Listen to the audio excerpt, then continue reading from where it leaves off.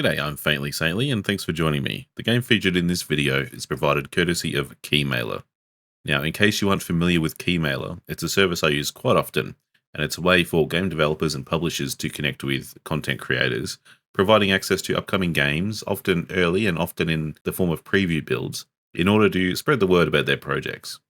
Sometimes content creators must apply for access to games, but other times publishers will actually promote their games to eligible creators, meaning offers for games like the video I'll be looking at today will come directly to the mailbox.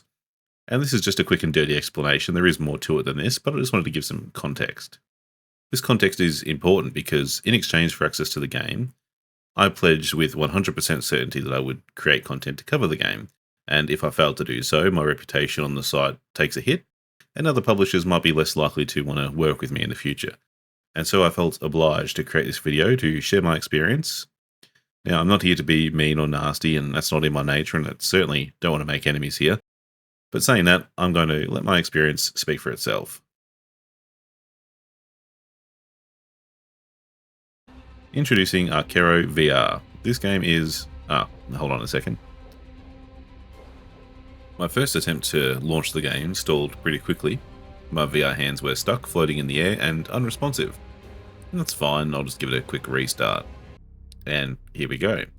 Arkero is an ambitious VR action-adventure game promising MOBA-style multiplayer gameplay, a wave shooter co-op mode, plus single-player campaigns with 3 distinct playable classes. Being an early preview build, not all of these features are present just yet. So I jumped into the single-player trials mode and chose one of the 2 available classes to get started. After a brief visual tutorial, a countdown timer started and I was off.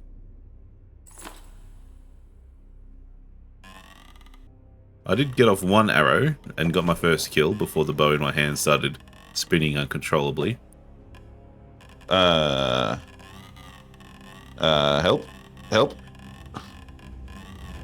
Uh-oh. You wait right there, buddy. I'll get this.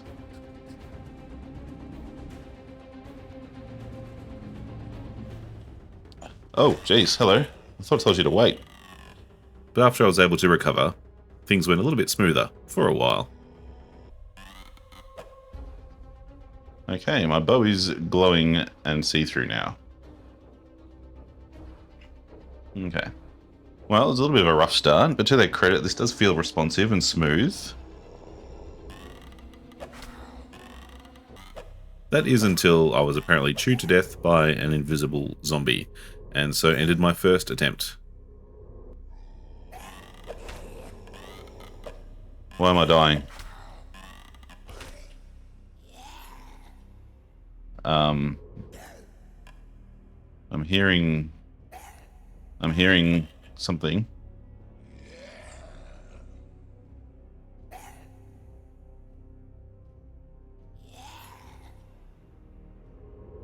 I think there's an invisible enemy trying to eat me. So I'm just going to ignore him and move on. Because what can I do?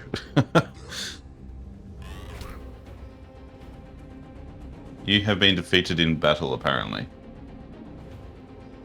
My second attempt would have to wait, though, as the menu after I died was completely unresponsive to my controls, and so I had to restart the game once again. Starting my next attempt, I chose the Arbalist class, and off I went. Almost immediately, I was greeted with a range of strange graphical glitches and issues and some other gameplay strangeness. My bolts seemed to, at random, just not do anything, and collecting the items and power-ups around the dungeon also seemed completely impossible now. I made my way through the dungeon and suddenly found myself before a boss, a levitating nasty with a staff who periodically summoned zombies to fight me and didn't do much else really. I spent about 5 minutes fruitlessly shooting projectiles at the boss, and it seemed to only react to what felt like about 10% of every bolt I hit it with. Eventually, the boss was felled, and I made my way up the stone spire to destroy a strange red orb. Well,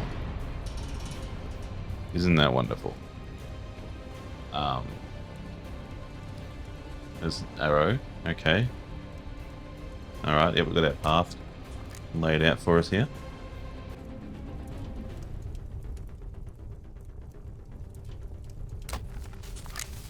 Okay.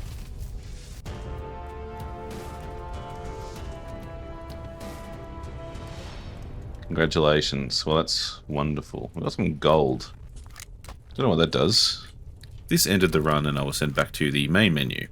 And this time I selected the multiplayer option to see whether I could find a game. This teleported me to a slightly better lit room, which actually looked relatively good compared to the dark and featureless caves I just spent the last 10 minutes flailing around in. Unfortunately, upon checking the server browser, there were no live games, as I probably would have expected from a preview version of the game. I attempted a quick join as well, just in case there was something happening out there, but ultimately I couldn't find anything. And this is the end of Arkero VR, at least all of the content that was made available to me in this preview build. I have to say the decision to promote this game in this state was baffling to say the least. We do know that this is an incomplete pre-release preview, but this game was just not ready. It does feel like it has some kind of solid foundation to build upon though, but there is a long way to go. When the game was offered to me, the marketing and promotion of the game made it seem a lot more feature complete, and that's why I was happy to commit to making content for the game. However, now I'm left in the awkward position where I need to either showcase this incomplete experience or potentially take a hit to my own reputation for failing to meet my commitments. And so I do feel bad that this is a mostly negative take that normally wouldn't make it to the channel. I can only work with what I'm given, and I can only hope that the developers stick to their guns and put in the work required to see this game become what they're envisioning and let it all come to life. I'm a big advocate for VR gaming, and I'll always cheer on any indie devs who take it on and help keep the gaming industry pumping, so I do wish them all the best. And I guess that's it from me on this one. This was an unusual video for me to make, but here we are. Stick around if you want to see more from me. I'm always looking for new and upcoming games to check out, and I hope to see you in the next one. Cheers.